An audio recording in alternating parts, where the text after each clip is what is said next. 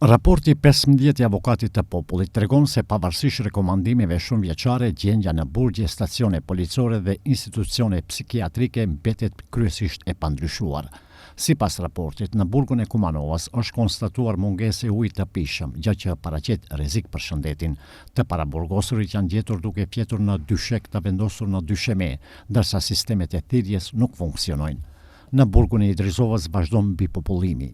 Për shkak të problemeve administrative, të dënuarit shpesh nuk kanë qasje të rregullt në sigurimin shëndetësor.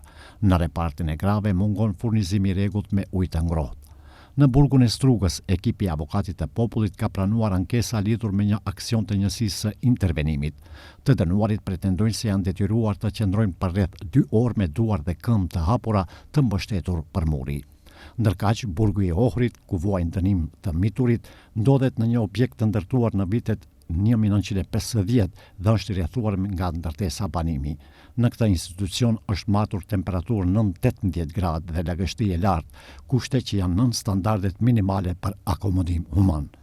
Në stacionet policore vazhdon të evidentohet mungesa e zyrtarëve policor të uniformuar, kushtet e papërshtatshme pune dhe mungesa e hapësirave të veçanta për biseda me fëmijë.